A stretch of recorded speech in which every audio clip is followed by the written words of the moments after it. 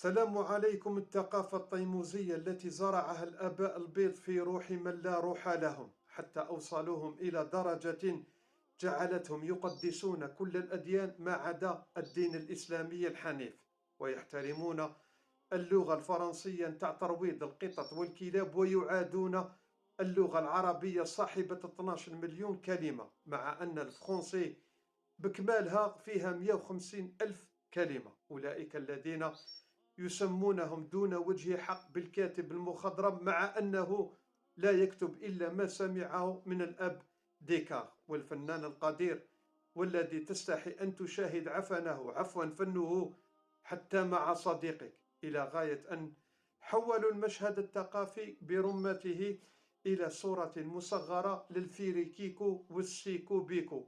والأسوأ من كل هذا أن بعضهم يجلبون أبنائهم وبناتهم لهذه الحرفة باش يلقاو لي من يسلموا المشعل.